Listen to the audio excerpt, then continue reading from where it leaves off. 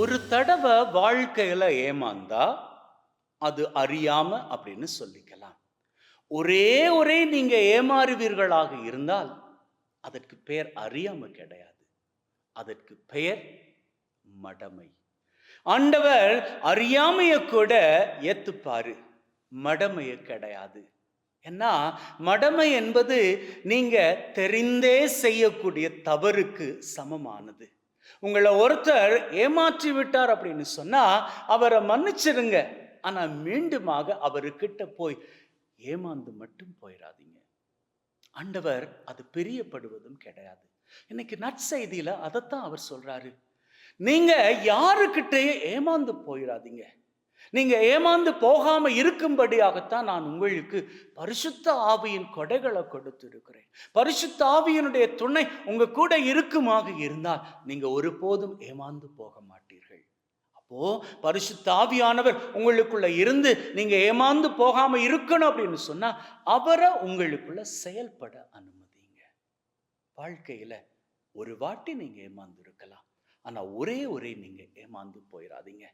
மடமையாக அல்ல, உங்களது வாழ்க்கை ஆண்டவரது மகிமைக்குள்ளாக கடந்து செல்ல வேணும். மகிழ்வோடு நீங்க வாழணும். வாழ்க்கையில் இனிமேல் ஒருபோதும் தோற்று போய்விடாதீர்கள். அடுத்தவரை நம்பி ஏமாற்றப்படுவதிலும் பார்க்க ஆண்டவரை நம்பி உங்களது வாழ்க்கை ஆசிரால் நிரப்பிக் கொள்ளுங்கள். ஆண்டவர்கிட்ட உங்களது வாழ்க்கைக்கு தேவையான எல்லா ஆசீர்வாதங்களும் இருக்குதுங்க.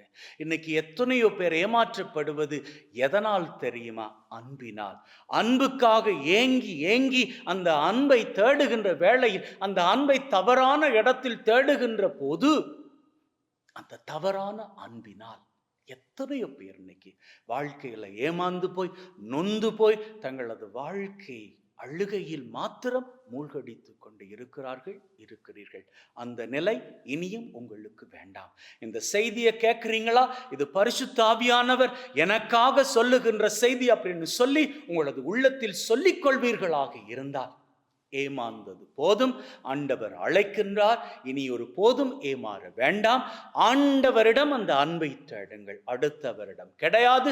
ஆண்டவரிடம் அன்பை தேடுங்கள், அடுத்தவருக்கு வேண்டுமானால் அந்த அன்பை கொடுங்கள். ஏமாறாது ஆண்டவர் மீது அன்பை வைத்தவர்களாக உங்களது வாழ்க்கை பயணத்தை தொடருங்கள். நிச்சயமாக உங்களது வாழ்க்கை மகிழ்வென்னும் சிகரங்களை உயரங்களாக கொள்ளும். Amen.